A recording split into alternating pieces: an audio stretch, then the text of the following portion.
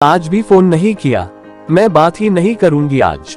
Phone करेंगे तो भी नहीं, कम से कम वैलेंटाइन डे पे कोई फूल ही भेज देते व्हाट्सएप पर नहीं, इन्हें कहाँ समय है हमारे लिए। पिछली बार तो मेरे द्वारा कढ़ाई करके दिल बनाया हुए रुमाल से बंदूक को घूंघट उठाकर उसे चूमते हुए फोटो भेजी थी। इन्हीं ख्यालों को सोचते हुए आज पूनम के होठों पर जरा सी मुस्कान उभर आई। अभी 1 साल ही तो हुआ था पूनम और राजेश की शादी को। पूनम जब राजेश से पहली बार मिली थी तभी उसे अपने होने वाले पति के देश प्रेम की झलक साफ देखने को मिल गई थी।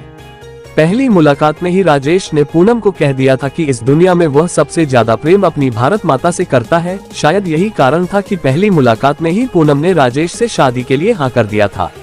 शादी के 10 दिन बाद ही राजेश वापस सरहद पर अपना फर्ज पूरा करने चल पड़ा था। हालांकि इन 10 दिनों में भी राजेश और पूनम केवल 3 दिन ही तो साथ रहे थे, लेकिन इन 3 दिनों में पूनम ने अपनी पूरी जिंदगी राजेश के साथ जी ली थी। वापस आने का वादा करके राजेश चला तो गया, लेकिन पूनम रोज राजेश के फोन के इंतजार में घंटों फोन के पास ही बैठी रहती।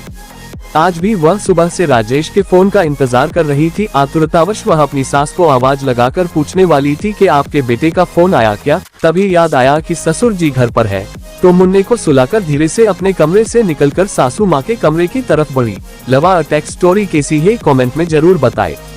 तभी ससुर जी के कमरे में चल रही टीवी में एक सहमी सी पत्रकार कहती हुई सुनाई पड़ी, इस वक्त एक बड़ी खबर आ रही है। पुलवामा में आतंकी हमले में कई सैनिकों के शहीद होने की बुरी खबर इस वक्त हम आपको सुना रहे हैं।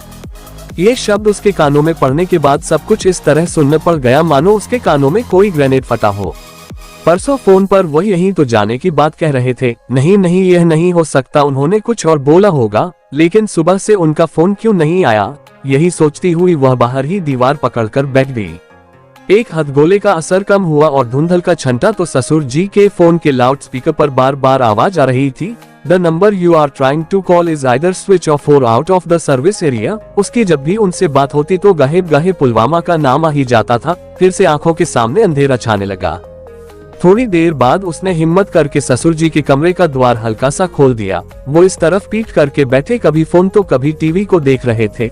तभी तीसरा विस्फोट हुआ। समाचार चैनल का लाइव संवाददाता घटनास्थल की रिपोर्ट दे रहा था और तभी उसकी नजर एक बंदूक पर पड़ी जिस पर एक खून से सना सफेद रुमाल पड़ा था, जिस पर दिल का निशान देखते ही वो धड़ाम से गिर पड़ी। साथियों, पुलवामा में हुए आतंकी हमले से हम सबका मन आघात है। आज हम सभी देशवासियों के मन में इस हमले को लेकर आक्रोश है, लेकिन सिर्फ आक्रोश से काम नहीं चलेगा। देश प्रेम की अलग आज देश के हर व्यक्ति तक पहुंचने की आवश्यकता है। इस कहानी के माध्यम से हमारा उद्देश्य आपको शहीद के एक परिवार से रूबरू करवाने का था। आप सभी पाठकों से अनुरोध है कि इस कहानी ज्यादा से ज्यादा फेसबुक और व्हाट्सएप पर को शेयर करें ताकि देश प्रेम की अलग हर युवा में जाग सके। साथियों, आपको पुलवामा अटैक वाला हमारा ये आर्टिकल कैसा लगा हमें कमेंट सेक्शन में जरूर बताएं और चैनल को सब्सक्राइब और जरूर लाइक करें। साथियों, अगर आपके पास कोई भी रोचक जानकारी या कहानी, कविता हो तो हमें हमारे ईमेल